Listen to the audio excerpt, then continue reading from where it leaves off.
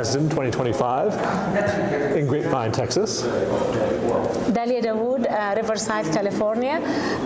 We have the pleasure of meeting and interviewing the awardee of the Associate Award for the 21st Scientific Annual Meeting for ASDIN, Mr. Forest Rawls. It was a pleasure, and actually I was very honored to hand him the award today, and it's meant a lot to me because, as I mentioned, it takes a whole team to take care of patients with vascular access, and his records speak for him. He is the vascular access coordinator in his region, and he maintained catheter rate at 10% for the last 2 years. Mr. Rawls, it's a great honor to have you today, and congratulations on that achievement. I did a simple introduction, and I would like to learn more about you. Okay. Well, I'm a retired Navy chief. I learned nephrology in the Navy. I retired. I learned a lot about nephrology. That's all I did, working mostly with kidney patients. And having worked in the OR, retrieving kidneys to be placed on machines called bells or perfusion machines, working in the OR, assisting the surgeons transplanting kidneys, working bedside using Dakin solution and using the wheel with thymocyte cells, which we grew the rabbits ourselves at the Medical Research Institute. When I retired from the Navy, I didn't know what I wanted to do. So I went to a dialysis clinic and I said, okay, I'll do this. So I did it very shortly, and for about a year. And I saw a job advertised, and Dr. Jack Work, ironically, who is one of the founders of ASDIN, looked at my record and said, I want you. So I was going around doing transonics, basically, and I saw a lot of discrepancies of access. I didn't like it, so he said, stop. So I told him what I kept seeing. He said, report to me. So then he said, no, you don't belong here. So he put me in the clinics, and so that's how it started.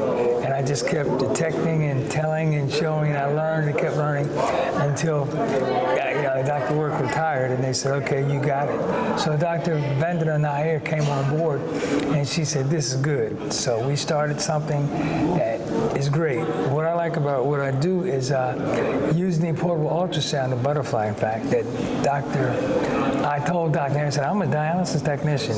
You're going to send me to school? She said, no, I'm going to show you. Okay, so what we're proud of, I'm proud of where I work, is that Dr. Nair is one of the few doctors who allows us, another person works with me, we actually help her write the papers. She puts it together. We do the clinical work, and we work together as a team. And she always says, we're a team. So we've written 5 papers, and I'm the second author and third author on papers. I like that very much as being a technician.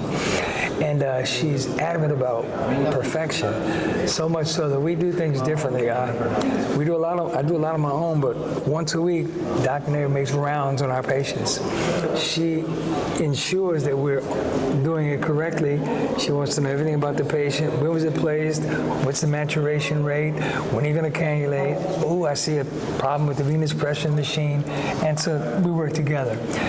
Also, when it was fistula first was prevalent, we couldn't get the fistula rate up because of the area of the country we're in the southeast part of the United States. Unfortunately, most patients at that time were getting grafts.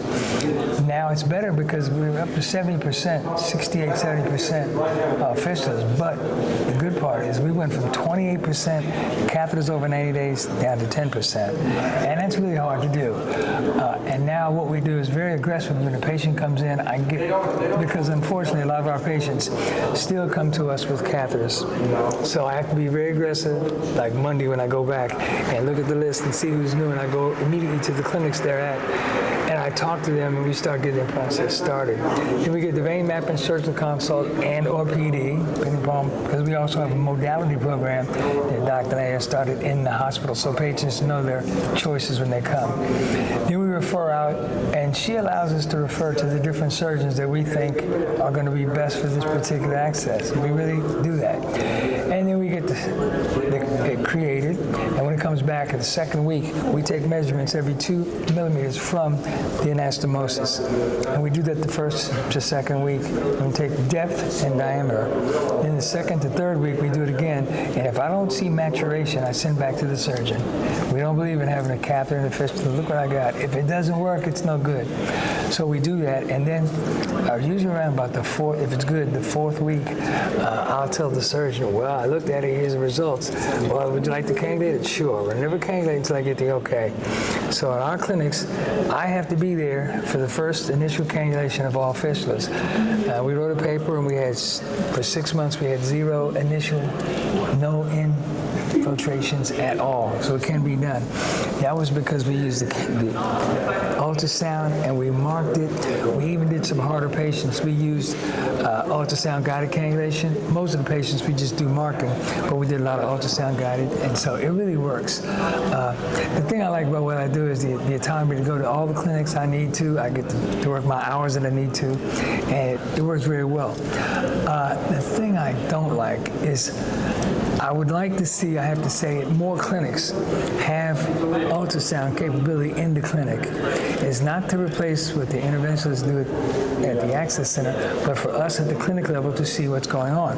Because no matter, in my opinion, how well an access is placed, if a surgeon says, okay, it's great, you can use it, if we can't cannulate it at the level of dialysis when we start, then it's really, you know, yes, I totally agree with that. Yeah. It's regardless how nice it feels on physical exam, regardless how good looking angiogram, yes, if the dialysis unit staff are not able to cannulate that fistula, all of that work does not mean anything. That's right. The judgment of the success of a procedure or of an intervention is the ability to put those 2 needles and conduct a full dialysis session with a good flow and with no issues. So that's a great wrap up. Thank you so much, Mr. Rawls. I want to ask you, you've been attending ASDIN for so many years, yes, and I would like to get your perspective on how did you see ASDIN progressed over the year, and then I will hand it to Brian to follow up on that. Well, what I've seen is a lot of, Dr. Work trained a lot of interventionists, and I was right there with them. And it's amazing to see a lot of people from Emory who are here now, running their own shop, so to speak. And they remember that we know you, so it's good to see their progression. Because I'm happy with what I'm doing, but I like to see growth in other people. And it goes back to Dr. Nair, really what she said about the team concept. You also must know that Dr. Work and Dr. Beathard, they trained me to do physical exam a long time ago. And I was very impressed with Dr. Beathard because I'm looking like, really? And after I said, wow. So I think everybody needs to know how to do that. So much so that the fellows that come through our program, once a quarter, Dr. Nair will have me down there, and we will do this for the new nephrologists who are possibly going into as you were in the interventional, but all nephrologists need to know how to do that. And I just want to say one thing.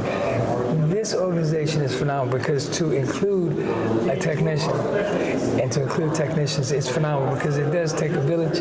It takes the whole team. It takes a 2 to tango. And so, yes. Brian? So as an access coordinator, would you say that ultrasound is probably the greatest innovation in the last 20 years? And do you think that pretty much everyone in the dialysis unit should be competent at using ultrasound? Yes.